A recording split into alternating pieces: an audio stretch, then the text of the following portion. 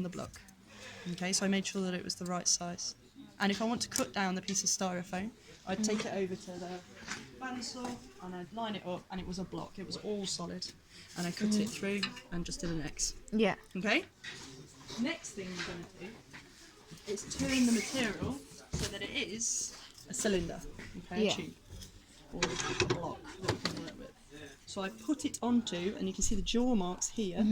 I put it onto the driver, and I literally push it on because it's so soft, so it's quite quick to work with. And I take the spindle and I push it into the end, and then I lock it at the back here with this metal lock, a silver one, and I really knocked it shut so that it didn't fly off. But because it's quite a soft material, again, if it did fly off, it's not going to hurt me. Yeah. It's more likely it will scare me than anything. Yeah. I put the tool rest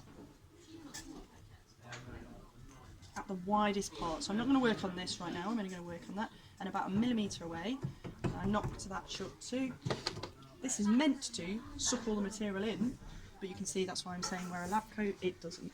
Okay? Yeah. You're going to wear a visor, as I Yeah. said. Might hit you in the face. Yeah. Okay? The fringe is a tricky one to put out the way there. Right. You're going to have to turn on the extraction first. Just push this box out of the way. So you can hear it trying to extract. Yeah.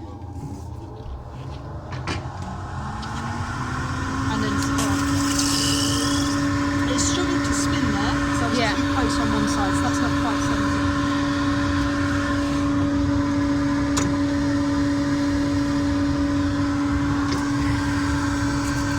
Shredded it a little bit, so I'm going to go the other way.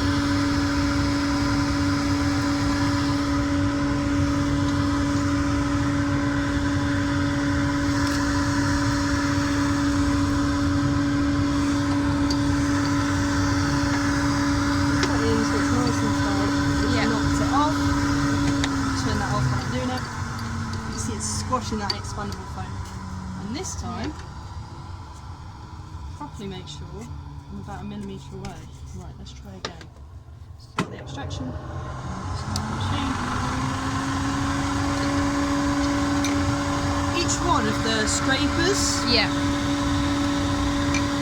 that's a scraper, gouges, they're like curves, and chisels will make different shapes. And I'm going to start with a chisel because I'm just trying to make it round. Yeah.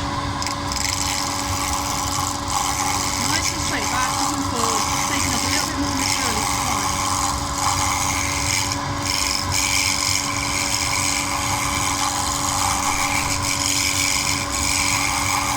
This will get you your cylinder.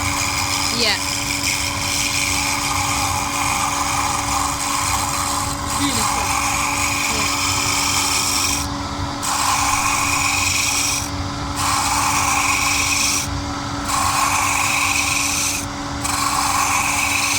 I'm really far away, so I'm just going to move in, Yeah.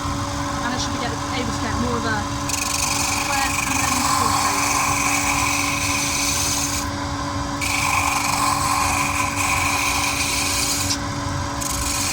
Right, I think we have the cylinder. Yeah.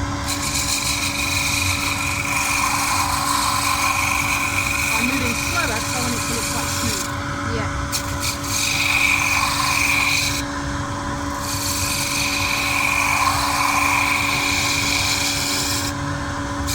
Let's have a look. It's a cylinder, right? Yeah. Okay. Now you can start turning to create your shape.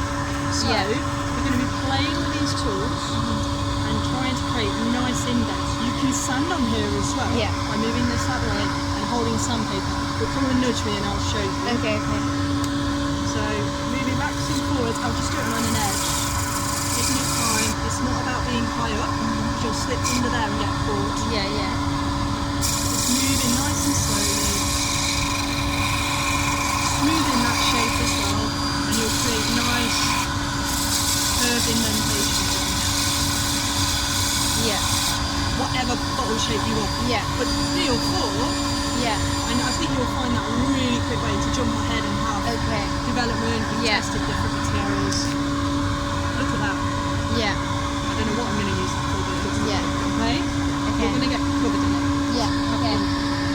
Do I use this piece as well? Yeah, that's yours.